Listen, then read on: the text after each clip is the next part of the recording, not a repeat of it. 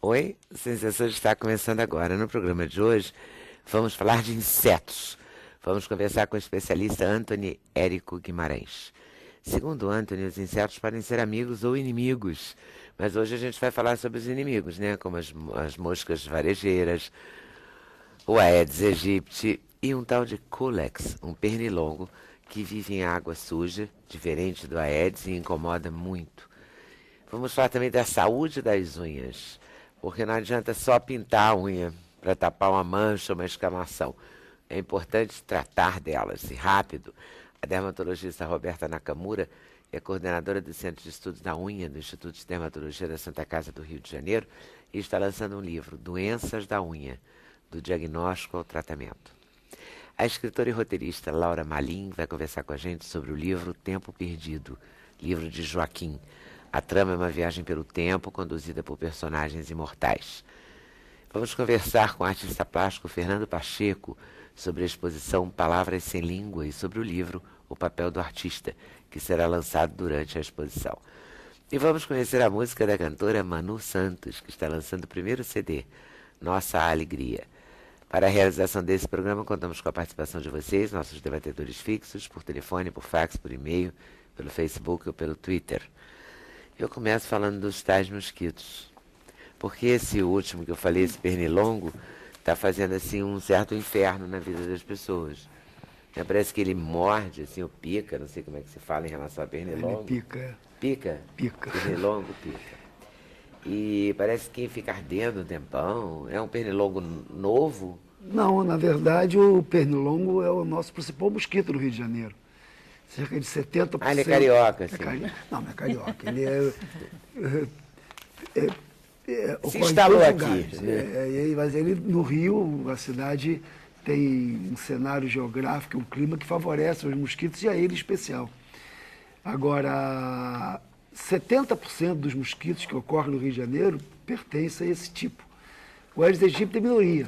O Aedes aegypti incomoda tanto porque o Aedes aegypti transmite uma doença, dengue, que incomoda as pessoas. Então a atenção é toda dedicada a ele.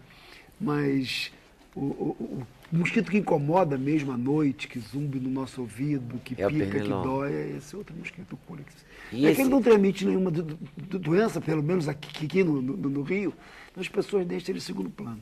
E nos outros estados do Brasil não tem mosquito? Ocorre, tem. O pernilongo ocorre no mundo inteiro, na África, na Europa, na América do Norte, América do Sul, Central, em todos os lugares. É um mosquito comum, é o mais comum de todos.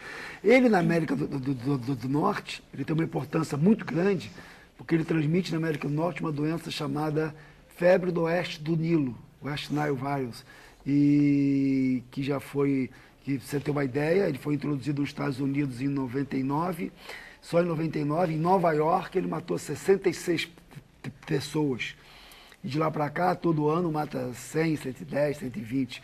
Esse vírus que ele transmite já foi introduzido na América Central, na América do Sul, já está na Venezuela, Colômbia, Argentina. E nós, no laboratório, já fizemos um estudo e já identificamos esse vírus no Brasil, no Pantanal. Só que no Brasil, por enquanto, esse vírus não infectou o homem, infectou aves, cavalos, mas é possível que ele chegue aqui. Se esse vírus chegar no Rio de Janeiro, com a quantidade de curas que nós temos aqui, certamente ele vai ficar com saudade da época que a dengue era tão boa, que saudade da dengue. Porque você imagina um vírus que mata nos Estados Unidos da América do Norte, em Nova York, 66 pessoas, que o sistema do CDC americano de combate a mosquitos dos Estados Unidos, desde 99 até hoje, não conseguiu eliminar o vírus, nem combater eficazmente o mosquito. Se chega no Brasil, imagina o dano que ele não vai fazer. E é esse pernilongo que a gente tem por aqui que transmite esse vírus. Ah, é? A coisa pode ficar... Pode ficar pior. Pode ficar pior. A gente pode, nos próximos anos, sentir saudade da época da dengue. Eu tenho um colega na Fiocruz que ele comenta assim, quando chegou a AIDS, o HIV, que chegou no mundo, a gente começou a ter saudade daquela época, daquelas doenças que bastava tomar penicilina e ficava bom. E talvez aconteça a mesma coisa. Se o West Nile Virus, se esse vírus for introduzido nos grandes centros urbanos do Brasil, a gente vai ter saudade da dengue. E por quê?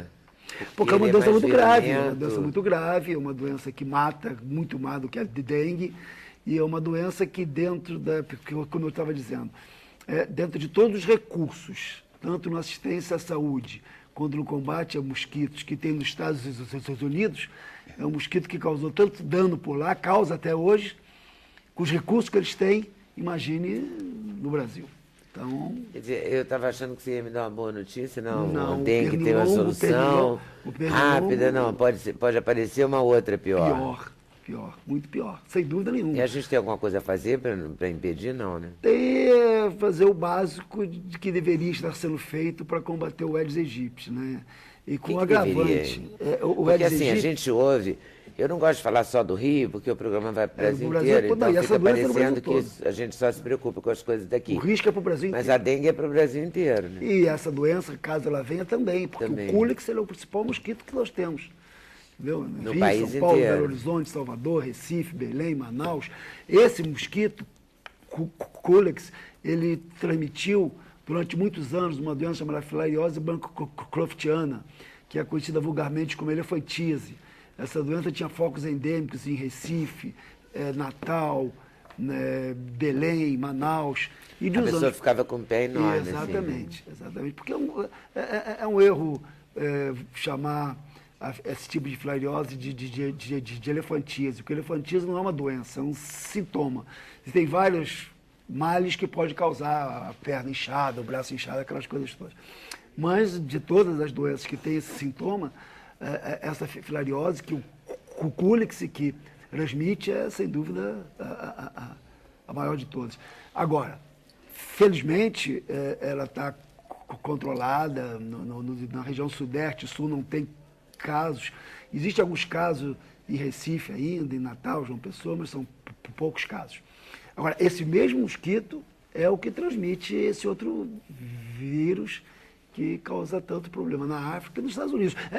Eu gosto de chamar a atenção para esse fato, porque todo o problema que o Culex e o vírus do West Nile causou no mundo até hoje foi nos Estados Unidos.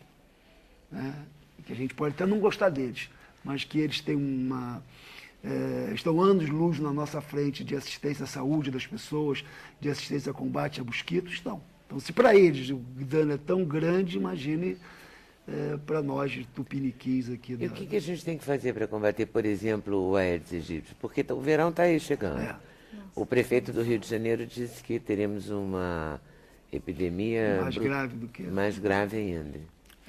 Olha só, eu não sei no que ele se baseou para dizer isso. Eu, particularmente, não acredito que a epidemia de dengue seja mais grave do que as outras. Provavelmente, ele está se Mas que referindo... bom, eu falei que podia ter uma boa notícia, teve. Essa é. Na minha opinião, eu acho que a gente não vai ter uma opinião tão grave assim.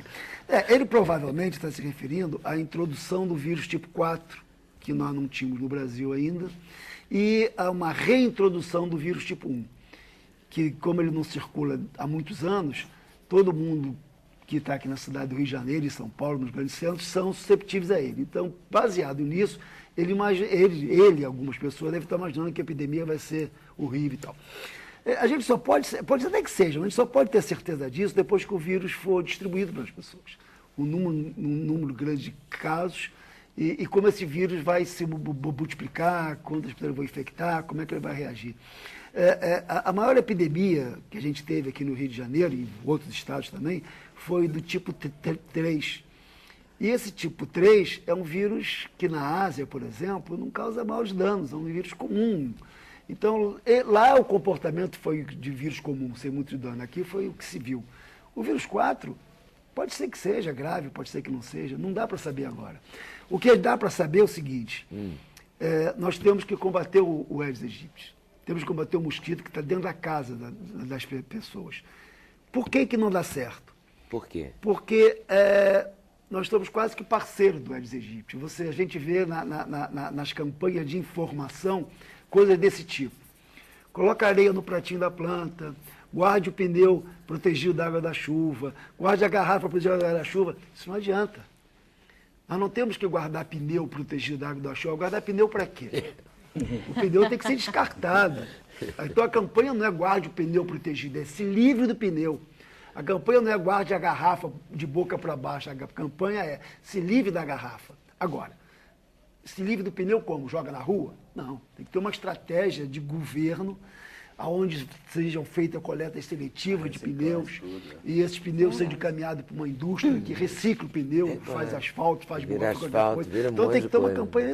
Antônio, você também não acha que pode ser descaso assim, da população também? Porque, veja bem, eu moro na Zona Oeste, em Bangu, né? E eu já peguei dengue 3 vezes. Assim, 3 vezes. É louco, mas eu fico com medo, assim, de ter uma 4ª vez, né? Olha só. Como é que a gente faz? Assim, porque a gente, além de tomar conta disso tudo, de evitar de ter água parada, além de a gente estar sempre... Eu, por exemplo, eu estou sempre tomando vitamina C, tentando manter o organismo bem para que essas coisas não aconteçam, né? Mas o que mais que a gente pode fazer? Olha só, primeiro você não teve dengue porque estava na Zona Oeste. A dengue é a doença mais democrática do mundo. Ela está em todos os bairros do Rio de Janeiro, do Brasil Não, é todo. porque especificamente lá, eu falo Zona Oeste porque... Todos os lugares, não, todos os lugares. E branco, É porque negro, na hora que sai a amarelo, notícia no católico. Não, jornal, sim, com vai certeza. Porque, dizendo que na lá tem verdade, mais. o Eu que acontece? entendo. Na Zona Oeste, assim, tem tido uma grande... Digamos que o mosquito se anima lá, né? É festa. Agora, o que se tem que fazer é o seguinte, a população recebe informação, a população precisa receber educação. Não tem que dizer aonde está o ovo do mosquito, porque as pessoas já sabem. Tem que saber como eliminar o lugar onde o mosquito coloca o ovo. Por isso que eu estou dizendo, você vê todo dia na TV, no jornal, assim, coloca areia no pratinho de planta. Sim. Eu estou dizendo que não adianta. Não adianta por quê? Porque o Aedes aegypti, ao contrário da grande informação que a gente recebe, não coloca o ovo na água. O Aedes aegypti não coloca o ovo na água limpa. Ele coloca o ovo numa parte úmida próxima à água. Quando você coloca areia no pratinho de planta e continua regando a planta, o que você faz? Mantém a areia úmida, mantém o pratinho da planta úmida, ali, né? mantém o vaso da planta úmido. Então o mosquito continua colocando o ovo ali. Mas tem areia. A gente vai ter que eliminar todos os pratinhos, claro. Mas tem areia, não vai ter larva. Tem areia e não vai ter larva. Mas olha só, isso é importante. Tem areia, não vai ter larva. Só que aquela areia não vai ficar o resto da vida ali. Você regando a planta, ou a planta está na chuva, aquela areia vai sair do pratinho. O dia que a areia sair do pratinho, vai ter água. E o ovo do mosquito, que resiste fora d'água até 1 ano, na hora que tiver água, vira uma larva e vira um mosquito. Então, colocar areia no pratinho de planta é um paliativo, não resolve. Sim. Tem que eliminar o pratinho da planta. Então, o erro da estratégia é essa. O erro da estratégia é essa. Enquanto mandar proteger o pneu da água da chuva, guardar a garrafinha de boca para baixo, botar areia no pratinho, nós estamos apenas postergando o dia que vai ter o mosquito. A campanha tem que ser, elimine o pratinho, descarte o pneu, descarte a garrafa, porque o dia que você eliminar aquele lugar onde ele pode colocar o ovo, você não tem mais o mosquito, você diminui a densidade do mosquito. Então a estratégia é essa. Educar as pessoas. Educar quem? Todo mundo. Criança na pré-escola. Criança aprende na pré-escola, com os pais, com os avós, que ela tem que tomar banho todo dia, que ela tem que escovar o dente todo dia. Aprende tudo isso. E não esquece nunca mais. Então ela tem que aprender também que na casa dela tem um mosquito que causa dengue, que se coloca ovinho em tal lugar, e ela tem que ajudar a eliminar aquilo ali. E nos parques naturais, nas praças e tal, como é que funciona Não, isso? parque, Aedes aegypti é um mosquito doméstico, está dentro de casa. Esses Então, jardins públicos, praças. Ele não gosta de jardim público? Não, porque ele está dentro de casa. O lugar que o Aedes aegypti gosta de colocar ovo É dentro de casa. vaso de planta, bromélia, bandeja de ar-condicionado, Mas por bandeja quê? de Não geladeira, venta calha. lá, é Não, por porque ele é isso? doméstico. Mas a bromélia, mas ele identifica se a bromélia está em Não, casa identifica onde do tem água. Fernando ou se a bromélia está no meio da praça? Não, só que no meio da praça não tem Aedes aegypti. Mas por quê? Mas por quê? Porque ele é doméstico, ele está dentro de casa, o hábito dele é doméstico. É porque na rua venta, é aberto, Não. Olha só. Ele não voa? Voa. O hábito do mosquito está relacionado ao lugar onde ele coloca os ovos. O Culex, ele é urbano. Por que ele é urbano? Porque ele gosta de colocar o ovo na água suja, no esgoto, valas negras. Então, esse tudo bem. Esse está na cidade. O Aedes aegypti gosta de colocar o ovo... O Aedes aegypti não é urbano. Não, ele é doméstico. É doméstico. Ele gosta de colocar o ovo numa parte úmida, próxima à água limpa. Então ele não vai ficar colocando lá de fora, no meu bairro tem uma praça que tem um chafariz. Ele gosta de água parada. A larvinha do Aedes aegypti cria na água estacionada. Agora deixa eu te perguntar uma coisa. Por exemplo, uma família, uma casa é esclarecida, o vizinho não é. Isso. Até que ponto que essa asa desse mosquito consegue voar para o outro? Até 1.000 metros. Normalmente o Aedes aegypti não se afasta mais de 50 a 100 metros. Agora, se ele não tiver sangue naqueles 50 a 100 Ele metros, voa 1.000 metros. ele voa até 1.000 metros. Ele vai... Existem muitos mitos. aí é Isso que é outra complicado, coisa. né? Olha só. O Aedes aegypti é um mosquito diurno, só pica de dia. E o Mas só que o Culex Aedes aegypti nem não lê o livro que está escrito isso, ele não sabe disso. Entendeu? Então, quando ele está numa casa em que as pessoas que moram naquela casa trabalham o dia inteiro, só estão em casa à noite, ele pica de noite. O cara só está em casa à noite, ele não vai olhar, o mosquito vai olhar para o outro, olha, eu estou morrendo de vontade de sugar sangue, mas passou do meu horário, eu sou diurno. Não, ele vai sugar de noite. Faz plantão, claro, ele vai sugar de noite. Então, o Aedes aegypti coloca ovo em água limpa. Primeiro que não é na água, é próximo da água. E segundo, que se ele não tiver água limpa, ele coloca na água suja. Qual o problema? Ele só não quer água poluída, cheia de matéria orgânica. Ele não quer esgoto. Esgoto, exatamente. Que aí ele já deixou para o outro, que é o Culex. Que é o Culex, é exatamente isso. Mas ele é bem diversificado, né, esse Aedes aegypti. Claro, ele é porque amplo, assim. por isso é que ele Agora, é o que eu doméstico. faço com todos os meus vasinhos de planta? Por Tira o exemplo, pratinho. que eu coloquei o pratinho, coloquei areia no pratinho. Isso, tira o pratinho. Você entende? Por que eu falo em educação? Você entendeu por que tem que tirar areia e areia não adianta? Porque olha só, areia adianta... Mas se a areia não cair do pratinho? Olha, Porque o pratinho tem borda. Eu não... tive o cuidado de colocar areia no fundo do E você não vai pratinho. regar a planta. Vou regar. E a água não vai tirar a areia. Aí você bota areia de novo. Não, ela não cai do pratinho. É? Bom, se você garantir... Não cai pelo seguinte, porque o pratinho é alto. Entendi. Você coloca isso aqui de areia. Isso. Agora, a minha dúvida é, ele entre o final da areia e a borda do prato tem um espaço. O mosquito vai colocar o ovo ali. Então ele vai colocar o ovo ali. Sem dúvida nenhuma. Então tem que tirar o pratinho. Pois é, não, por que tem... Porque a areia não vai cair do pratinho, eu posso cuidar, mas eu não posso cuidar de limpar a beira do pratinho. A borda do pratinho. Pode até escovar, pode escovar, pode tirar. Não, olha só. Se você garantir, se você tiver certeza que você vai manter areia no pratinho da sua planta o resto da sua vida, tudo bem. Porque enquanto tem areia, não tem a larva. A larva precisa da água. Mas tem que ser até a borda do pratinho. Não, tem que ser um pouco de... Não pode ter água. Tá. Mas só que você é uma exceção. Mas a areia vai ficar úmida. Não tem importância, vai ter o ovo, mas não vai ter a larva.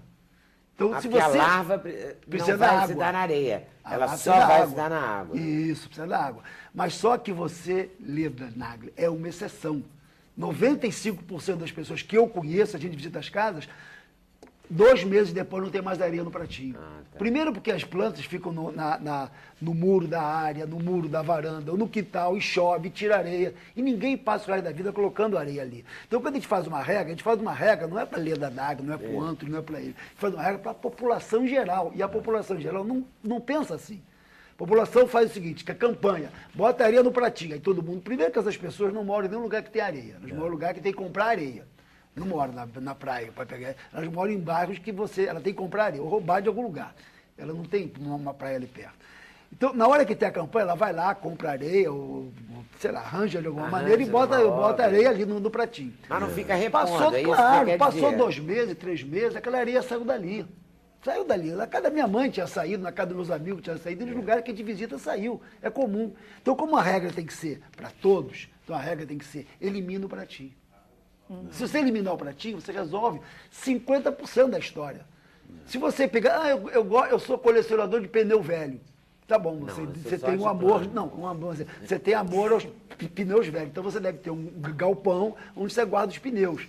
Não está chovendo. Então, mas isso é uma exceção. O normal não é esse. O cara que guarda o pneu... Claro, o cara quer o pneu para casa, ou ele quer botar para estacionar o carro e não bater no muro, onde estiver, ou para fazer um balanço para o filho brincar no quintal, uma coisa desse tipo. Para que isso? Para que guardar o pneu? E as borracharias, elas são o foco? Elas são o vilão, o grande vilão da história.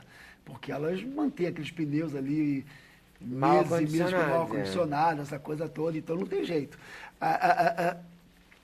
Agora, isso tudo que você está falando é muito esclarecedor, porque eu sou muito antenado assim e tal, e leio jornal todo dia, vejo as campanhas, E as campanhas não deram essa informação que Mas você é isso está que eu tô dando dizendo. agora. Mas- Então, mas eu o já te tipo falo, de eu tô coisa teu. que eu estava sabendo era um pouco diferente disso aí que você está Eu esclarecendo perdi muito agora. tempo Muito virando, opinião. sabe Pois esses é. vasinhos bonitinhos, coloridos que a gente compra para botar assim, uma violeta, uma rudinha plantada caspor. e tal, tipo caspor.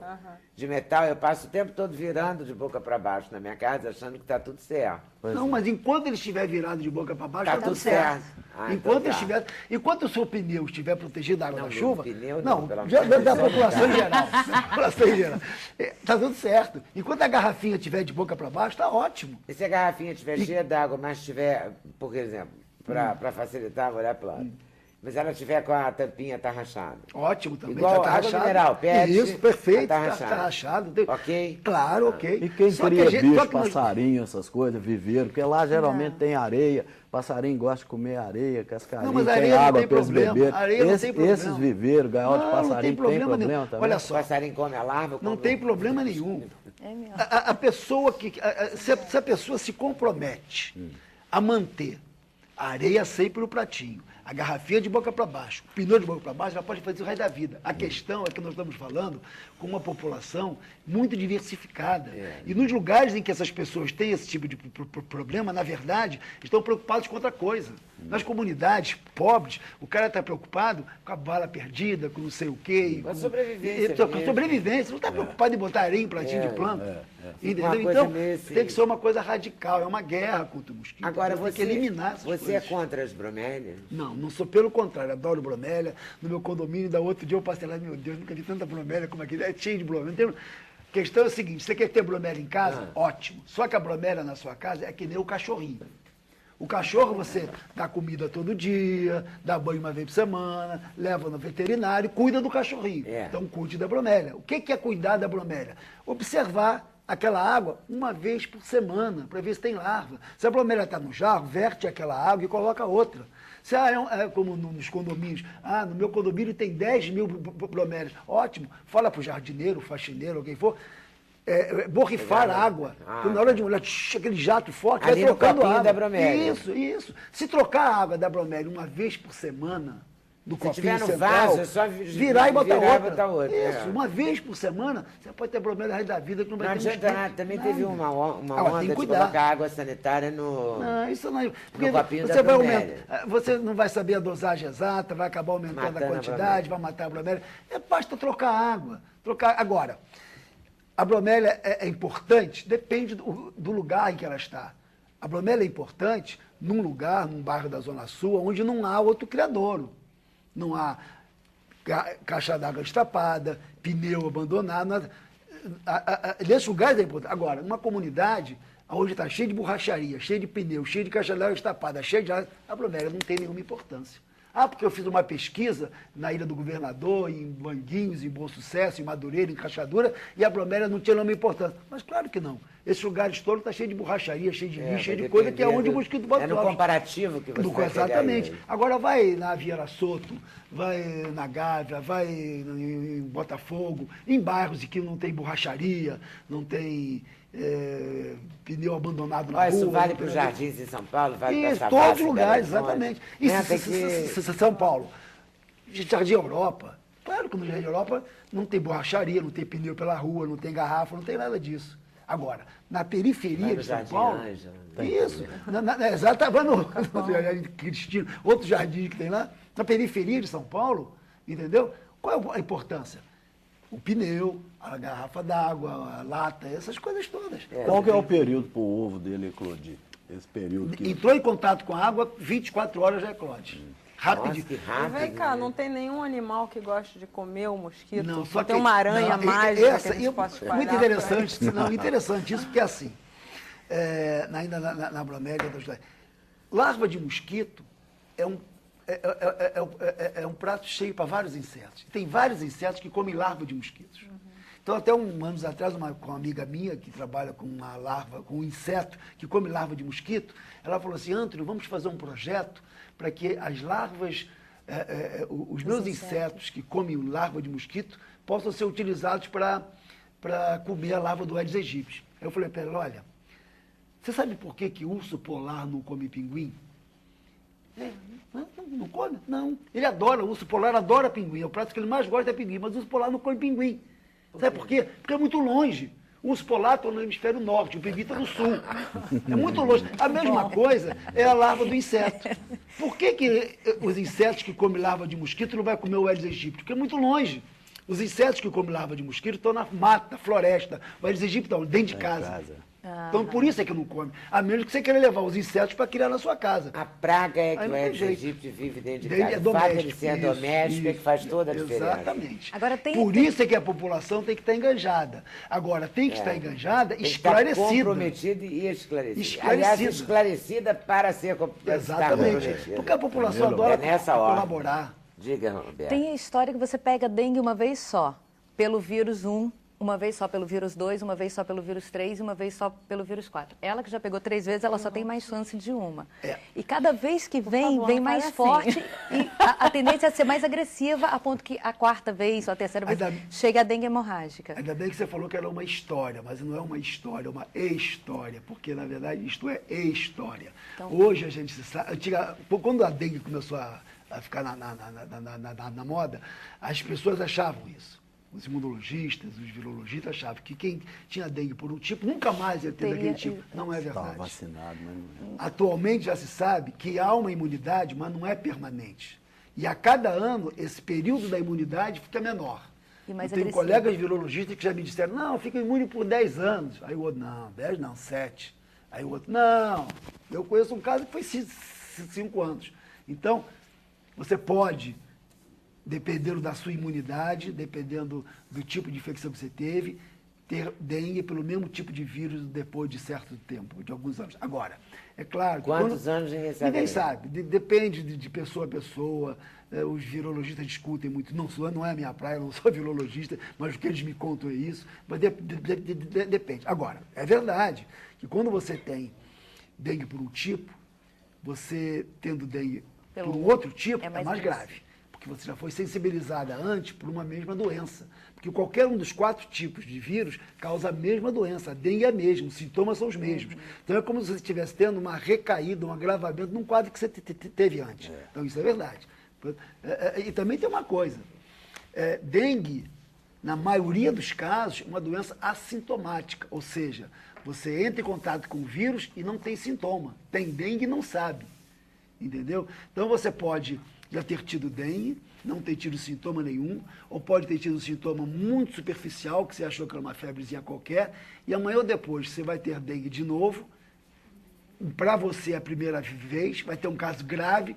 Puxa, mas a primeira vez que eu tenho dengue é um caso grave? Não, você pode já ter tido antes e não saber. Entendeu?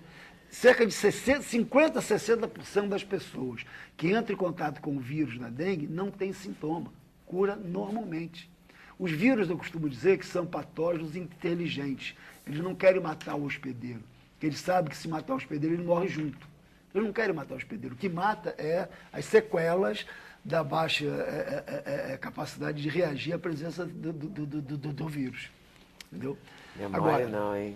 Classificava, pega, escorrer os come, né? Porque não, tá... A mensagem... Educar toda uma população de um país inteiro, de regiões metropolitanas inteiras, Recife, Salvador, Rio de Janeiro, Belo Horizonte, São Paulo, é muito difícil. A cidade e o entorno da cidade. É difícil o quê? Educar todo mundo. Tem que ser campanha maciça na TV, não tem jeito. A campanha tem que começar na criança, na pré-escola. A criança é o multiplicador. A criança, ela em casa é reprimida o tempo todo pelo pai. Mas não faz isso, para com isso aqui. A criança adora chegar em casa e falar assim, mamãe, a professora disse. Imagina, Sim, é a verdade. alegria que uma criança tem de dizer para a Esse mãe moral, que a né? professora dela disse que isso que a senhora está fazendo não está certo. Verdade. Entendeu? E vai multiplicando, e um passa para o outro, um conta para o outro, e vai indo embora.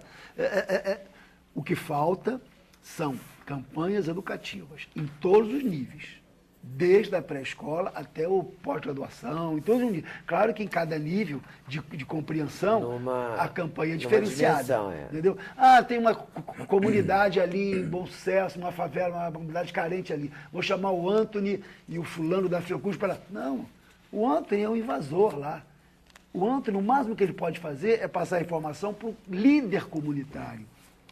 Quem vai ter que passar a informação para aquela comunidade é a pessoa que tem a ascendência da comunidade, seja ela com quem for. Se for o líder comunitário, é o líder comunitário. Se for o pastor evangélico, é o pastor evangélico. Se for o padre, é o padre. Se for o delegado, é o delegado. E seja lá quem for. O cara que mandar na comunidade é que tem que passar a mensagem, informar as pessoas. E não adianta, muitas vezes, em certas comunidades, o agente de saúde é considerado como um invasor, um interventor. Então a pessoa já tem uma má vontade com É ele. por isso que os agentes de saúde que mais funcionam são os da própria comunidade. Claro, mas é os isso comunitários. que tem que ser. É isso que não tem é que à ser. toa, né? É isso que tem que ser. Essas pessoas Bom, eu têm vou que para o ser. intervalo, depois eu volto aí. Anthony é um apaixonado pelo assunto, sabe muito, e é muito divertido o jeito que ele fala, né? Que ele acaba com a nossa pseudo-informação. Enquanto ele estava falando, eu estava lembrando do meu time aqui, que está mais ou menos parecido com isso aí que você está contando. O quê? Né? Meu time, pô, a coisa está feia. Tá feio. Tá mais ou menos como o mosquito, né? Ou como a gente diante do mosquito. Olha só, intervalo, voltamos já já. Sem censura, o programa da TV Brasil.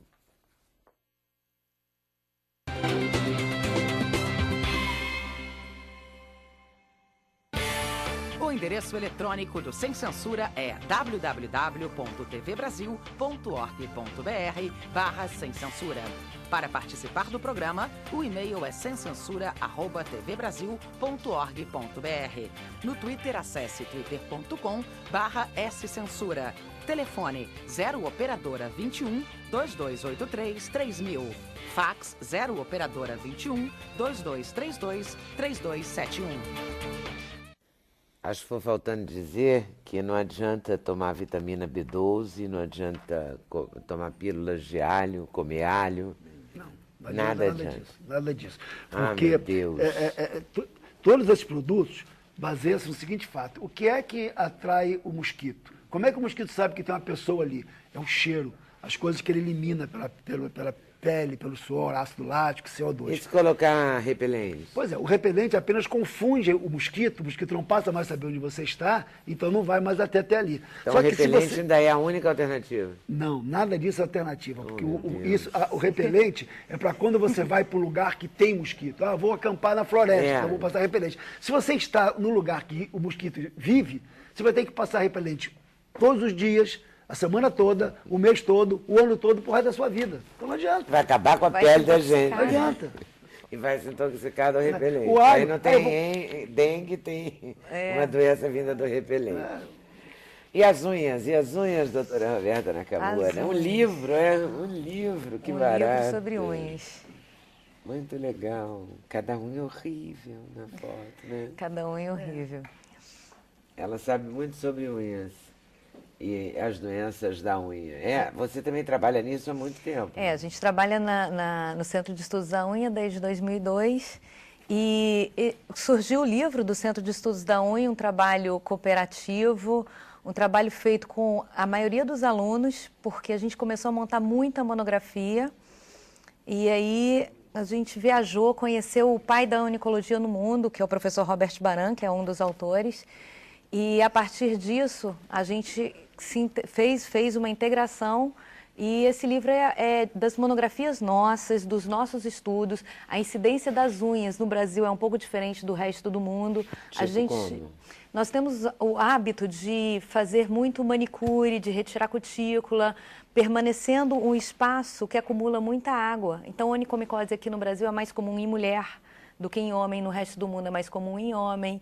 Então a gente traumatiza muito, a gente faz muita paroníquia, que é uma doença que a gente chama da mão da lavadeira, que é na prega ungueal, que aumenta o volume da prega ungueal. Pessoas que mexem muito... Ungueal é essa beirada? Essa beiradinha aqui. Ela fica inchada. Inchada, né? isso é muito comum aqui no Brasil. Então é um livro mais com epidemiologia brasileira, é um livro que tem 10 vídeos que... Isso a gente não tinha no Brasil. Tinha. O que a gente tinha aqui no Brasil era muita doença muito livro que a gente traduzia. Então, os livros começaram a aparecer. Esse livro é o primeiro aqui do nosso centro de estudos. E ele vem com esse conjunto com o professor Baran, que é um francês. Então, a gente fabricava, ele consertava, devolvia, junto com os nossos artigos. E esse livro tem uma coisa a mais para médicos, que são 10 vídeos sobre cirurgias da unha. Então, explicando... Unha é passível de cirurgia? É, porque tem tumores, tem biópsia, tem unha encravada que você opera, tem essa paroníquia que você opera. Então, algumas doenças inflamatórias como biópsia e líquen, você precisa saber o que é, então você tem que fazer biópsia para saber o que é. E melanoníquia, que pode levar ao melanoma unguial, que pode ser fatal. Então, tudo isso é passível de procedimento cirúrgico. É um câncer na unha? Câncer na unha, melanoma na unha, tem o carcinoma espinocelular na unha, tem metástase de alguma doença no corpo na unha, que você chega ao diagnóstico da doença do corpo pela unha. Então, esse livro tem várias vertentes. Primeiro ele explica a anatomia, depois ele vai correlacionar as alterações da unha na criança e no idoso, nas doenças dermatológicas e nas sistêmicas. Depois ele vai falar sobre doenças inflamatórias da unha e depois infecciosas de bichos. E aqui no Brasil a gente tem a paracoccidioidomicose, a esporotricose, que tudo pode acometer na região... são nossos, né? A paracoco é uma doença pulmonar, mas que pode aparecer também ao redor da unha. Então, às vezes, você faz o diagnóstico da doença naquela região. Aí vem os tumores, os exames complementares para você identificar as lesões e os fármacos usados na unha. E aquela unha, assim, aquela tipo micose, se pega também muito de fazer unha num lugar, às vezes, que não tem uma higiene adequada? Também porque não tem a higiene adequada, mas você tem fungo no... Cada foto terrível. É terrível. Não sei nem o que eu mostro aqui. Vou mostrar essa página. Olha, tem fotos. Pronto. Tem cada foto horrível. Isso aqui foi uma coisa mais ou menos assim, né? É um livro super ilustrado para quem é da área. Os profissionais de saúde são os podologistas e os médicos. Né? Mas a gente, por exemplo, para ter certeza que não tem uma coisa na unha, para procurar um médico porque apareceu uma micosezinha, como é que a gente... É quando a unha... A unha descola, ela começa a aparecer uma massinha que eles chamam embaixo da unha, então tenta tirar e essa massinha volta e esse descolamento vai aumentando, modifica a cor, ela começa a ficar amarelada ou amarronzada. Às vezes incomoda porque cresce tanto por baixo da unha que a unha curva e ela começa a machucar a unha, a pele. Então você às vezes sente dor por alteração da forma da unha, a unha começa a ficar deformada. Isso na micose da unha, que é a doença mais comum. A segunda doença mais comum é a unha encravada, por corte inadequado, principalmente no pé, principalmente adolescente ou quem usa sapato muito apertado de bico fino. E a outra mais comum são as unhas frágeis, que acomete 20% da população, principalmente mulher, principalmente após a menopausa. A unha começa a descamar, começa a ter estriações, começa a se soltar. Então, são doenças bem comuns, as doenças das unhas, e que antigamente não tinha essa coisa tão voltada dentro da dermatologia. Hoje, dentro da dermatologia, a gente tem especialista em unha, especialista em cabelo, especialista em mucosa. Então, as coisas estão ficando cada vez mais subespecializadas. E aí surgiu o nosso livro depois de alguns anos de trabalho dentro de um centro de referência em unha. Fico impressionada com unha, né? Compliquei a unha. Complicado. É bem complicadinho. E aí usa o quê? Porque a unha demora muito o tratamento. Porque geralmente o tempo Daqui a 6 meses, quando a unha estiver melhor, você volta. Não tem uma coisa meio o assim? tempo de tratamento da unha... Eu falando pra ela que eu tô com problema na unha. Eu já vi que ela ia estar aqui. Aí eu já pensei, ai meu Deus, porque minha unha, porque eu tô com uma no pé que tá há 4 meses, agora tá no meio do caminho, e já tô curada, mas é isso, demora 6 meses. Depois 7... que cura, demora até ela crescer, e ela leva 6 meses. E é um horror, fica tudo... O tempo de tratamento da unha... A unha fica escura. Dá vergonha, né? Vergonha, socialmente. Você não pode pôr esmalte, porque esmalte piora a situação. Né? Pelo menos a minha dermatologista falou, olha, evita esmalte que você vai abafar ainda mais aquilo ali, evita fazer o pé por causa disso, tira a cutícula, e eu já não tiro, mas se tirar... No pé a unha fica oca e aí quando toma banho entra água debaixo da unha. E aí fica úmido. A gente não enxuga, a gente enxuga aqui, não enxuga lá embaixo. É interessante estar passando o secador de baixo para poder tirar a umidade local. Agora, o tempo de cura de unha... Secador na unha? Porque fica úmido só pode lá ficar embaixo. úmido, ninguém vai enxugar debaixo da unha, claro. E aquela umidade perpetua o quadro, porque nenhuma medicação mata o fungo. As medicações paralisam o fungo enquanto a unha vai expulsar. E o tempo de tratamento... E a unha, por isso que leva tanto tempo, que a unha vai crescendo e aí ela expulsa o fungo. Ela expulsa. Você paralisou, suas medicações paralisam o fungo. Então, se a unha da mão demora 6 meses para crescer da base até aqui, a do pé demora 1 ano, seu tempo de tratamento, se tiver até lá embaixo, é 1 ano. Então, e se você para o tratamento e tem alguma coisa, ficou alguma cepa de fungo, qualquer coisinha, parou o tratamento, Pronto, lá ele vai de e novo. volta e ataca. Por isso que a incidência é bem mais alta no adulto e no idoso do que na criança e no adolescente. Neles, a unha cresce tão rápido que não dá tempo de colonizar. No idoso, a unha vai bem mais lentamente, ou na alteração vascular por algum motivo, ou na neuropatia periférica, tudo isso faz a unha crescer mais O lentamente. que é neuropatia periférica? Perda da sensibilidade local. O diabético tem muita neuropatia O pé periférica. do diabético é um do diabético problema. é um problema porque ele pega fungos que são muito mais, seu organismo consegue, são mais resistentes e seu organismo consegue eliminar. E no diabético, a cândida é um prato cheio para a onicomicose no pé diabético. E a cura é muito mais lenta. E a micose passa de uma unha para outra? Passa de uma unha para outra. Pode passar de uma unha para outra. Porque o fungo ele vai estar no solo, vai estar na tua própria pele. E teve um estudo de um rapaz que ele colheu a pele da unha, ao redor da unha, ele raspava de todo mundo. Então ele colheu de 500 e tantas pessoas na porta de uma faculdade, quer tinha micose, quer não tinha micose. E a conclusão que ele chegou, que quem tinha micose tinha a pele ao redor da unha ressecada, significando o quê? Que o ressecamento ao redor da unha é um fator de predisposição do fungo. O fungo gosta de camada de célula morta. A unha é uma camada de célula morta. Ele pode estar morando na sua pele ressecada e esperar um ambiente para poder entrar. E o ambiente é a umidade local. E ele também espera um ano. Ele mora em você, ele habita em você. E a dengue, todo mundo esperando um ano ali para... Mas, gente, poder- calma, né? Não tem problema com o Imagina- tempo, né? Imagina essa unha tão úmida assim, daqui a pouco eles a gente vai colocar um ovo lá. Por favor, Não, pelo amor de Deus. Chega. Isso pode E a sua acontecer. dermatologista também falou que era um ano de tratamento. Ah, ela falou, esquece, lá pro verão, isso daí deve ter sido em março que eu comecei a tratar. E ela falou, pro verão do ano que vem, talvez você possa sair de Havaiana. E eu falei, eu vou sair de Havaiana de qualquer maneira. Mas se vai estar aquela unha preta, porque o meu, eu acho que foi por um trauma. Aí eu corro, bateu. eu bati a unha no tênis mesmo, né, na corrida, e aí entrou. É o que ela está falando, a água, e aí o nosso sistema imunológico é dengue, é unha, cai, entra tudo, né? Já era. Porque o hematoma separa a lâmina, a placa ungueal da epiderme. Aquele espaço fica entrando água. Aquilo ali é um prato cheio para a micose se instalar. Então, o hematoma é um fator de predisposição para fungo. Então, Tô com quando medo, bate a unha, desculpa.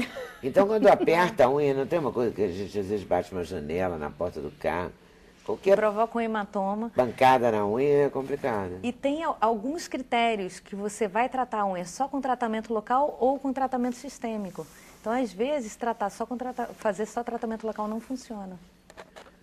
Então faz o quê? Aí tem que fazer ingestão de medicação oral. Oral também. E geralmente os pacientes são mais velhos e já tomam um monte de remédio, que pode ter interação medicamentosa. Então, às vezes, o tratamento fica mais difícil ainda. Vivendo e aprendendo, né, Fernando? Eu acho que esse negócio de pintar a unha é perigoso, porque esmalte, a unha é uma coisa viva, né? Faz parte do organismo, é uma coisa viva, ela precisa respirar. mas precisa eu adoro de... esmalte. A E unha... esmalte não é uma coisa que Depende. aí vitrifica ela e tira a oportunidade dela ter contato com o oxigênio. Mais ou menos. A unha é uma camada de célula morta, na verdade. É uma camada, já que as células já perderam o núcleo e estão indo embora, tanto unha quanto cabelo. Esse negócio, vou passar esmalte, vou perder a oxigenação. O oxigênio ele pode chegar via sanguínea por baixo. É uma boa fonte de oxigênio. É óbvio que tem que ter a troca. Mas, por exemplo, uma pessoa que tem unhas frágeis, a espessura da unha diminui o máximo possível. Essa pessoa pode ter onicólise pelo sol, chama fotonicólise. Então, um esmalte vermelho, ele vai fazer uma proteção solar. Então, eu tenho pacientes que têm fotonicólise, porque vai para o sol e a unha começa a descolar de tão fina que o tratamento dela é o uso de esmalte escuro para o resto da vida, porque não tem o que legal, fazer. porque eu sou pintor e tal, e atualmente eu não pintava de luva, atualmente eu pinto de luva, protegendo e tal, porque exatamente a tinta é um negócio agressivo demais. É agressivo. Pra mão, pra tudo. Assim como a acetona de tirar o esmalte é Então eu agressivo. fico imaginando que química é essa desses esmaltes que passa numa coisa que é um organismo vivo, faz parte do organismo e não prejudica. Mas aí agora você está esclarecendo que tem benefício também. A maioria dos esmaltes, eles têm uma substância que chama formaldeído, que é o agente fixador do esmalte. Então, os esmaltes antialérgicos, eles não têm essa substância e ele não fixa tão bem, ele não fica por muito tempo grudado na unha. Então, essa substância é a substância agressiva. Então, hoje em dia, você tem outras substâncias químicas que não essa para você usar, só que não tem tanta adesão assim. E as acetonas, elas estão sendo retiradas cada vez mais do uso. Você está preferindo usar removedor de esmalte sem acetona ou até óleos. Tem um óleo que chama óleo de banana, que é um diluidor de esmalte que ao mesmo tempo que retira o esmalte, hidrata a unha, porque a unha fica muito ressecada, com aquilo tamponado muito tempo. Isso vale para o pintor também. Vale para o pintor Ele também. pode passar o óleo de banana na unha para hidratar. Para hidratar, porque ao tudo, mesmo tempo hidratar, vai estar hidratando. Porque deve sofrer a mão, né? Sofre. Mas os quadros ficam ótimos, né? Os quadros ficam ótimos. Sofre só o pintor. A gente não tem um VT do Fernando, Cris? Não? Que erro, hein? Tinha que ter, né? Pra mostrar os quadros. Não, mas aqui a gente se vira bem. Como é que a gente se vira bastante aqui? material aí. O que acontece é o seguinte, eu andei viajando bastante aí. Só esse ano eu fui à Nova Zelândia 2 vezes trabalhando, fiz uma... Por que alguém vai à Nova Zelândia 2 É vezes? longe, é longe. Eu dei um Né? pulinho lá. Eu fui em Nova Zelândia. Eu tinha um amigo, eu tenho um amigo cantor que é do Ceará, ele falava, é o Belchior no caso, ele falava, vou dar um pulinho no Ceará. Eu falava, como dar um pulinho no Ceará? Lá é longe, pá. Aí agora eu tô falando assim, vou dar um pulinho na Nova Zelândia. Porque eu já fui 2 vezes esse ano, tava lá, fiz uma grande exposição lá em Auckland. E depois voltei e produzi agora nesse agosto, setembro, produzi obras lá para exposições que vão acontecer no início do ano que vem lá em Melbourne, na Austrália. Então, eu estava por lá. E aí cheguei já com compromissos aqui. Foi lançado esse livro, que chama O Papel do Artista, Deixa eu mostrar. lá em Belo Horizonte, na Galeria Livro Objeto, da editora Com Arte. E foi lançado o livro como uma pequena exposição. E agora eu estou aqui no Rio de Janeiro para quarta-feira, dia 5, quarta-feira agora, depois da manhã, eu faço uma grande exposição de pintura na Academia Brasileira de Letras, na galeria da ABL, que chama Galeria Manuel Bandeira, lá com o curador Alexei Bueno. E estou trazendo o livro também aqui para as pessoas aqui E o terem a livro também oportunidade de fica lá na conhecer. exposição. Mas esse Esse livro, aqui.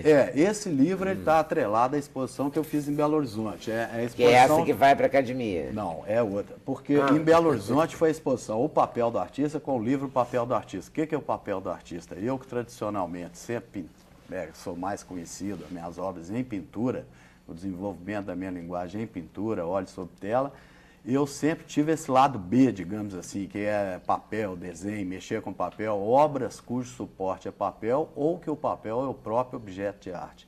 Então, eu abri as gavetas da Mampoteca e revirei essa papelada toda e fizemos o livro Papel do Artista. E a exposição em Belo Horizonte, exposição exclusivamente em papel. E aqui no Rio só estou trazendo o livro porque ele foi lançado agora lá. Mas a exposição aqui é outra, é uma exposição de pintura independente do livro e vai abrir quarta-feira na ABL. Isso é uma parte, essas algumas estão obras aqui. que estão lá. Tá, então vou mostrar pelo menos algumas, né? E não dá para mostrar direito na mão, por isso que eu perguntei se não tinha VT, né? Porque Pois é. sempre prejudica um pouco. Quer falar um pouco sobre... São pinturas, óleo sobre tela, e são pinturas já que fazem parte mesmo do desenvolvimento da minha linguagem, pintura. Muita cor. Além desses trabalhos, tem outros que não constam aí, que é uma exposição grande, acabou ficando uma exposição grande. Os quadros são grandes também? São grandes também. Isso que você está mostrando agora é o detalhe de uma tela, mas uma tela que o formato gira em torno de 2 metros. Não, mas isso aqui é a tela. Aí tá um pouco cortado, mas é uma parte da tela. 2 metros? 2 por quanto? Isso, 2 por 1,80, são telas grandes. Tem outras menores aqui dá para ver, mas... quer ver? Não é? Isso. Aqui, ó. Para mostrar que a gente está mostrando o detalhe. Detalhe de parte da exposição lá da ABL. Essa exposição, ela inclusive tem um título diferente. Essa de Belo Horizonte, que está ligada, intrinsecamente ligada ao livro, é o papel do artista. E essa da ABL chama Palavras Sem Língua. Eu não podia perder a oportunidade, já que é na ABL, uma instituição de escritores, então são palavras, porém sem língua, porque o entendimento independe de idioma ou da língua, é um entendimento pela sensibilidade, pelo olhar, um outro tipo de comunicação. E então, você sentia falta da palavra? Não, eu me meto com as palavras. Eu sou um pintor e sou um artista plástico e pintor, mas eu sempre me meti com as palavras. Inclusive aqui no livro, por exemplo, meus quadros eu gosto de dar título e vou me metendo com as palavras. E aqui no livro, esse é o 4º livro editado sobre minha obra, e nos outros livros tem um pouquinho também de poemas. Eu não diria poemas, mas coisas que eu escrevo em forma de poemas, e nesse também tem. Então aqui na página, inclusive, mostra manuscrito aqui, o rascunho que eu fiz, e entreguei para a editora, eles colocaram o manuscrito aqui como uma coisa visual, gráfica, e puseram o poema do lado. Se quiser, eu leio. Que até o seu manuscrito E eu me meto com as palavras, porque, inclusive, meu filho mais novo, o Eduardo, ele tem uma banda, ele é compositor, e ele faz a música, a letra, e é o vocalista da banda, é um trio, e toca guitarra. E a banda dele, Lobos de Cala, até vai lançar um disco daqui a um mês, e nesse disco tem 2 músicas que são de parceria nossa, ele comigo, o Eduardo Ladeira da Lobos de Cala, e a gente faz música junto. Exatamente porque eu gosto de me meter também com as palavras, assim. E aí, essa é mais uma dessas experiências de escrever alguma coisa acerca daquilo que eu estou fazendo em artes plásticas. Aqui também papel. Vou ler só um trechinho, tá? Que coisa mais maluca, papel. Que coisa mais maluca está por todo lado, nos cartórios e bancos, nas mesas dos estudantes, na escrivaninha dos escritores, nas pautas, e vai por aí. Pobre papel, de esperadas cartas, de notícias, de jornais, de denúncias, intrigas, manuais, papel manteiga, de leveza, transparências. Bonito você escrevendo também. Obrigado. É bom fazer livro dos quadros? É bom fazer livro. Você acha que é multiplicador? Eu acho que é bom fazer livro dos quadros, é multiplicador, porque o mosquito aqui do nosso amigo é péssimo multiplicação dele, mas livro de arte é muito bom. Porque mostra o processo dele também. Porque ele vai... Olha que barato. Ele vai ficar nas bibliotecas, né? Aqui, ó, e a pessoa que não tem o acesso direto à obra... Aqui, ó. Ele mostra o processo, encoraja as pessoas a experimentarem, a tentar alguma coisa nesse sentido. Então, esse livro, particularmente, tem até esse aspecto, assim, um pouquinho bem intimista, de dentro do ateliê, e mostrando a cozinha da coisa. Eu acho que isso é legal de ver, assim, e de incentivar também as pessoas. Aí é um outro lado do papel. E o texto do livro, que foi escrito por Vera Casanova, que é uma professora lá da UFMG, poeta também, é muito bonito e acompanha as imagens do livro. Vera Casanova. E, inclusive, seu nome está aí nesse livro, aí, na cronologia, porque eu estive aqui há 4 anos atrás nesse programa e na minha cronologia, referências, consta a minha participação aqui no programa com seu nome. Olha, que chique. Aí no final tem uma cronologia. Papel do artista é não ter papel. Isso é o final do livro foi assim. Interessante.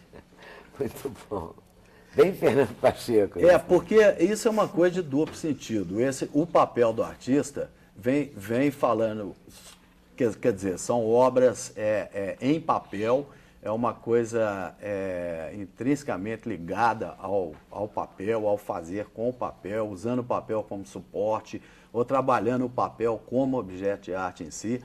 Mas vem esse outro lado, teria o artista algum papel a desempenhar, politicamente falando, socialmente ou sociologicamente falando, tem algum papel a desempenhar o artista? Qual o papel do artista na sociedade? Então, a Vera Casanova, que desenvolve o texto, ela fala sobre essas questões, mas no final, meio anarquicamente assim, eu escrevi essa frase que está presente lá na exposição, o papel do artista é não ter papel. E é uma coisa de duplo sentido também, que é a dificuldade dos materiais, que o artista nem sempre tem os melhores materiais. E tem que pintar em papel nacional? Mas aí, no caso, é uma provocação isso também, porque eu trabalho com todo tipo de papel, eu reaproveito embalagens, papéis, reutilizo papéis, torno, trago à vida de novo, à luz, papéis que já eram para ter sido descartados e tal.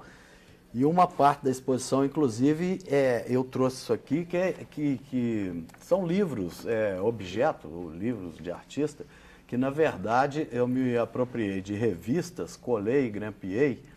E fez delas a tela. Pintei as capas. E isso aqui chama Notícias que o Mundo Não Leu. Então, aquela avalanche de notícias que vem, né? De todo lado, essas desgraças peladas e mosquito, e que o nosso galo, do jeito que está. Então, eu grampeei essas revistas e pintei a capa, quer dizer, a informação é numa outra linguagem agora, que é essa linguagem visual da capa, e são as notícias que o mundo não leu. Isso também faz parte da exposição. Muito bom, muito bom. Isso aí que a gente chamaria de obra contemporânea ou moderno? E a influência de quem? Quais são as suas influências? Aí é um pouco mais complexa a sua pergunta, porque hoje virou uma designação. Arte moderna é uma coisa que ocupa um determinado período, né, que vem desde o movimento modernista e tal. Aqueles ismos das artes plásticas hoje quase que virou assim uma coisa delimitada. A arte moderna é um período e a arte contemporânea é uma coisa que tem uma roupagem diferente da arte moderna e que é realizada hoje. Mas o que é arte contemporânea? É algo, claro que isso eu faço parte da arte contemporânea exatamente por estar vivo, estar pintando, estar antenado com o meu tempo e o desenvolvimento da minha obra ter esse frescor. Hoje, por exemplo, eu fui convidado ano passado a participar de um grupo de artistas, um grupo que chama G11, com sede em São Paulo, e que são artistas da geração 60, artistas da minha geração, eu talvez seja até o mais... E são artistas radicados aqui no Rio de Janeiro ou em São Paulo, são ícones da arte brasileira. A G11 é presidida pelo Ivald Granato, lá de São Paulo, e são artistas que têm mais de 60 anos. Eu, por exemplo, que tenho 62, os outros todos estão nessa faixa, até mais velhos. E todos são artistas contemporâneos, afinados com o seu tempo. O Áquila, aqui do Rio de Janeiro, você pega um Roberto Magalhães, do Rio tem o Aguilar, tem o Granato, tem o Cláudio Tosi, faz parte, inclusive, o Zélio Alves Pinto, que é irmão do nosso conterrâneo mineiro, Ziraldo. Então, o que delimita a arte contemporânea não é só a estranheza da obra, instalações diferentes, coisas complicadas, mas é o frescor, é a contemporaneidade no sentido de que ela está afinada com o nosso tempo. Okay? Isso. Ok, vou ter que pedir um intervalo, mas gostei. Afinada com o seu tempo, tá certo. E o papel do artista é não ter papel, adorei isso. É isso. Intervalo, voltamos já. Sem Censura, um programa da TV Brasil.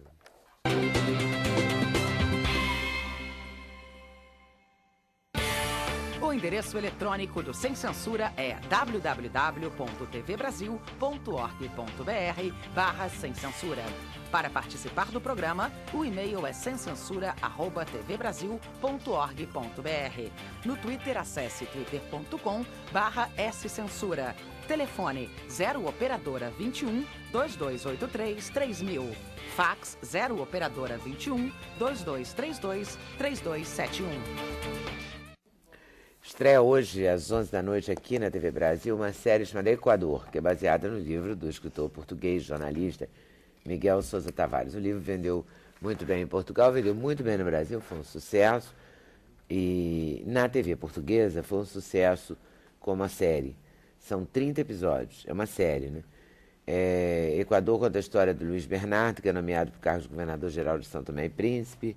São 30 episódios, tem romance, tem política, tem uma história de amor também. Foi rodada em 5 países, produzida pela TV1, Televisão Independente de Portugal, e será exibida a partir de hoje, às 11 da noite, aqui na TV Brasil. A gente tem uma imagem, eu queria conferir.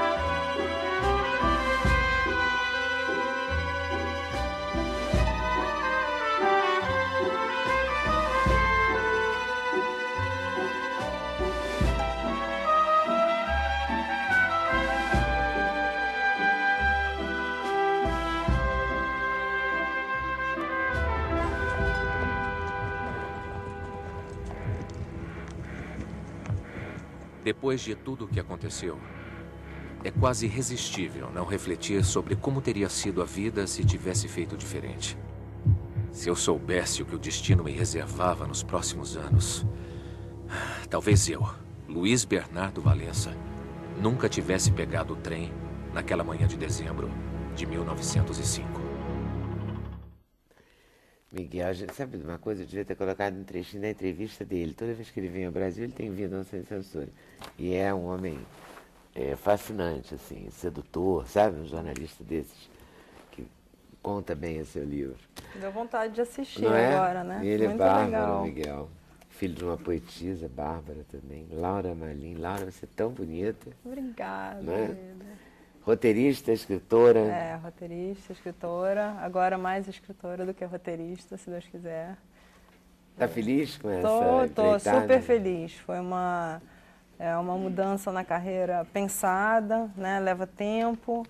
Tem 3 anos aí que eu comecei a investir nesse livro e não parei de fazer roteiro, porque não dava, né? Mas fui passando aos poucos a me recolher mais e a ler mais e escrever. E assim, é um projeto que realmente é o meu grande projeto. Até agora é o maior projeto da minha vida, independente de ser literatura ou roteiro. E estou lançando agora, lancei aqui no Rio já há 2 semanas, lanço quarta-feira, dia 5, em São Paulo, na Livraria da Vila da Alameda Lorena. E é isso, assim, divulgando bastante, tendo um feedback muito legal já das pessoas. É um romance épico, histórico, né? Eu estava olhando ali, quer dizer, eu não sou uma jornalista, eu me formei em jornalismo, mas não sou historiadora, que nem o Miguel, que vai provavelmente narrar os fatos com mais propriedade, ou como o Laurentino. Mas eu pego muito pano de fundo histórico. Então, assim, é um romance que começa em 1824, em Fernando de Noronha. O Joaquim é um reparador naval que trabalha lá, e a Leá, que é a minha personagem do 2º volume que eu estou escrevendo agora, ela é uma brasileira, uma portuguesa criada no Brasil, que está voltando um pouco depois da corte, com pai português, num casamento arranjado com o filho de um marquês. Odiando voltar para o Brasil, acabou de se tornar independente, né? E, inclusive em Fernando de Noronha só ficaram sabendo da independência em 24, 2 anos depois, demorou para chegar a notícia. É muito engraçado. E aí eles se apaixonam, obviamente um romance proibido. Ela tem que voltar para casar ir para Lisboa, e o barco fica parado lá, o navio onde ela está, fica parado lá 13 dias, e eles vivem esse amor daqueles de tirar o fôlego. E na última noite, que eles fazem planos para fugir, e na última noite que eles estão juntos, na Praia da Conceição, que é um dos cenários mais lindos de Fernando de Noronha, que é inteiramente linda, uma ilha super mágica já, cai uma estrela do céu, e dá um clarão e eles não sabem o que aconteceu. Mas daquele dia em diante eles não vão mais envelhecer nenhum dia. Que também é uma grande metáfora que eu brinco no livro dessa coisa da vida eterna, dessa busca que a gente tem hoje em dia, mas muito na costura do livro mesmo. Então eles se separam ali e ele, o Joaquim, fica procurando a Leá até 2012, 21 de dezembro de 2012, que é o dia que existe o encontro marcado, que é o final dos tempos, né? O final do calendário maia. E eles se reencontram lá em Fernando de Noronha, nessa mesma data. Então o livro de Joaquim narra tudo que ele passou, todos os lugares por onde ele foi, por 188 anos. As mulheres que ele teve, ele vai vivendo em ciclos. Em determinado momento ele percebe que ele não está envelhecendo. E aí a mulher dele, ele casa no Rio de Janeiro, ele vive o primeiro ciclo dele, sai de Fernando de Noronha, e aí em vez de ir atrás da mulher amada, como todo homem, demora um pouquinho para ir atrás da mulher amada, ele demora assim 100 anos. Mas como ele não vai envelhecer, ele não precisa ele não tanta sabe pressa. disso. Mas ele não sabe? Ele não vai sabe. Vivendo. Ele vai vivendo. Então tem uma hora que ele começa a falar, ué, tem alguma coisa de errado aqui com o corpo dele. Mas ele já na verdade, ele vai para o Rio de Janeiro e para comprar um bilhete para ir para Lisboa, mas ele conhece uma mulher no Porto. E aí se casa com essa mulher, a Berenice. Mas a Leá é o grande amor da vida dele. Só que ele está vivendo aquilo ali, aconteceu aquilo ali, é uma coisa meio... E vai viver numa fazenda de escravo no interior do Rio, em Campos, que era o lugar mais rico. Tem até um episódio que eu descrevo que é a chegada da luz elétrica iluminando a primeira rua, que foi um super evento por tudo que eu li aí. E ele está presente. E aí, enfim, a mulher dele vai envelhecendo e ele permanece completamente idêntico com 27 anos. Que sonho. E aí, muita gente que lê fala, nossa, que pesadelo, imortalidade, eu não quero isso. É mesmo? Não sei se eu quero também não, mas eu acho interessante. Como propósito. Pelo menos por O problema da imortalidade é justamente isso que você falou, que as pessoas que você quer bem vão envelhecendo e você não vai. Isso é uma grande dor dele, constante, de perder. Também Entendeu? tem Porque isso. imagina, todo mundo que você Muitas quer bem perdas, ficou doente, morre e você continua. É assim que ele vai viver. Anos e anos. Esse é que é o problema. Só com as cicatrizes do amor. E a única pessoa que ele acha... Só carrega isso. Exatamente. A única pessoa que ele acha que está viva é a Leá. Então ele fica com essa busca. E aí ele passa por vários momentos da história. Ele está em Lisboa na Hora do Equador, 1905. Por isso que eu fiquei tão... Ai, que bacana, vou assistir hoje à noite. Assistam todos. Você está viajando nessa trip? Eu já estou. Porque eu estou escrevendo agora a parte dela. E eu Por isso que ele é livro de Joaquim, primeiro volume de Tempo Perdido. Se vem o segundo e o terceiro? Vem o segundo Com e aí certeza. depois, com certeza. Depois que você é o vai livro pensar. dela. Depois eu não sei, assim. Depois você pensa. Depois você vai vamos ter ver. o livro deles.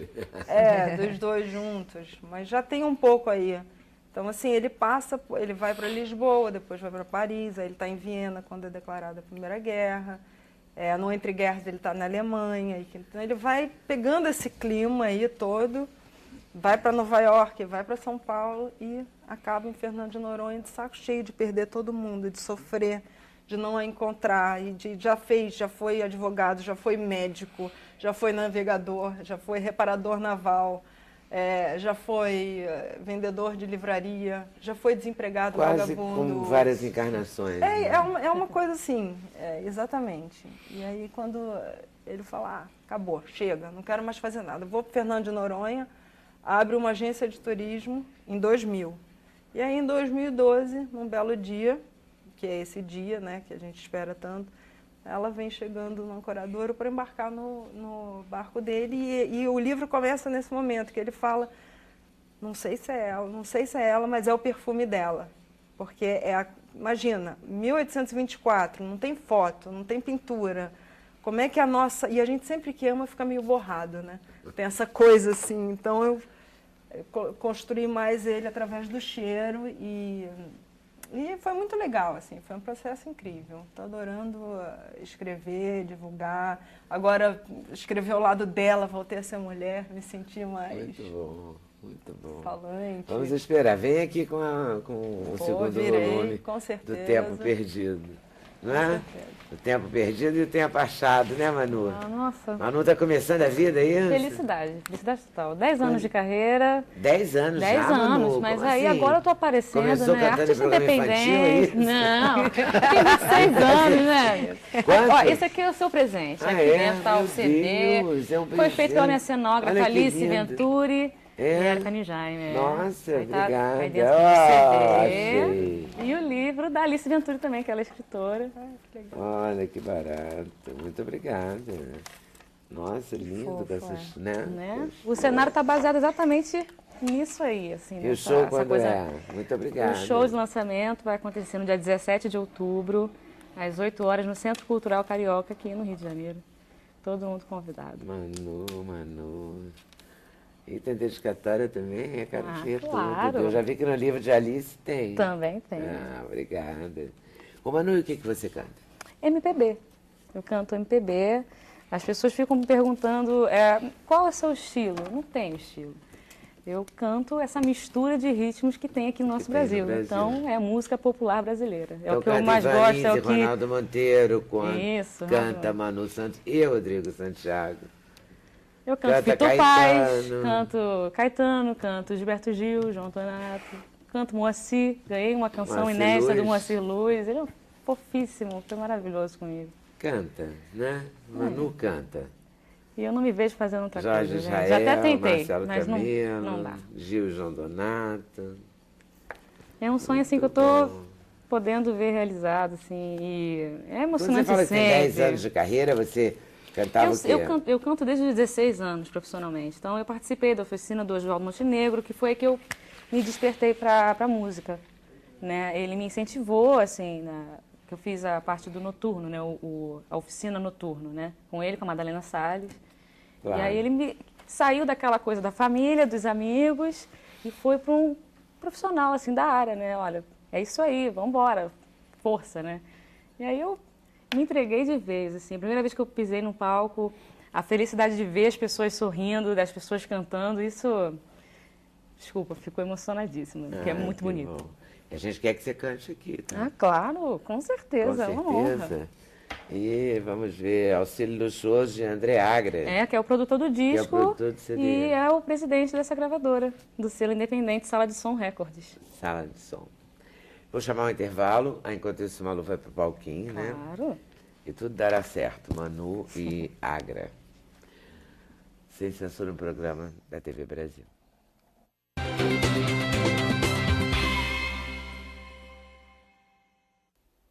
Então, a gente vai abrir esse bloco conhecendo um pouco do canto da Manu. Manu Santos, a moça que me trouxe essa caixa linda, feita pela Alice, né? Alice Venturi. Super E Érica bonita, ó. Nijaime. Não é linda? E aqui dentro tem o CD de Manu. O que vai ser? Agra, obrigado, Calma. André Agra, pelo Giana auxílio Viscardi luxuoso, valeu. Mitch.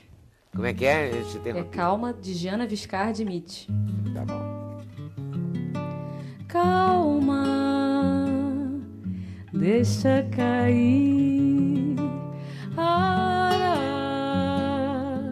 Tempo por vir, prepara a terra, dissolve a mágoa, passeia sem pensar, ouvindo a água. Calma, calma, deixa cair. Tempo por vir, prepara a terra, deixa molhar, deixa bater, deixa derramar. Pra que sofrer, pra que chorar, pra semear, caindo do céu, atravessa o ar, escorre no chão pra brotar, caindo do céu, atravessa o ar, escorre no chão pra brotar. Turundê, turundê, turundê, turundê, turundê.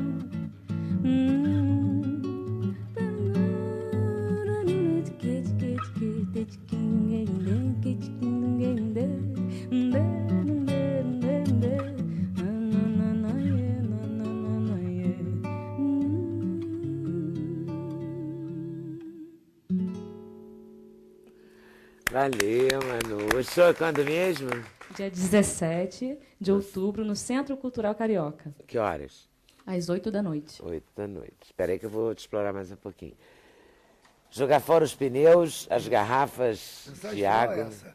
Não ajudar o mosquito, erradicar o mosquito, eliminar o mosquito, jogar fora pneu, garrafa, lata, não botar areia, não, joga fora, descarta. Tira o pratinho Sim, da tira o flor, pratinho, né? não guarda o pneu, joga fora. O livro de Laura.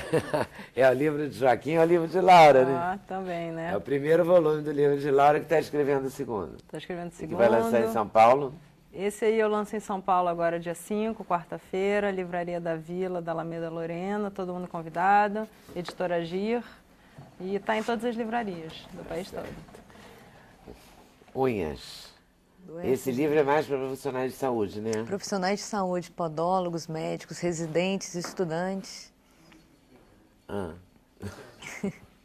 Ah, bom, que bom, porque eu tô louca para mostrar o livro e me mostra as minhas costas.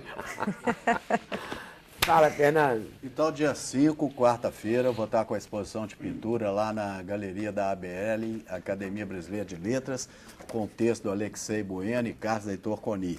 E o livro O Papel do Artista vai estar lá também, com uma dedicatória para o escritor mineiro Bartolomeu Campos Queiroz.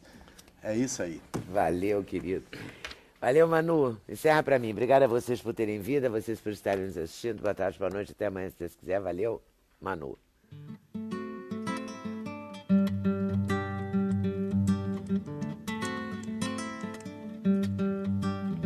Domingo é dia assim, de passar roupa. A morena saiu pra samba, vai voltar rouca.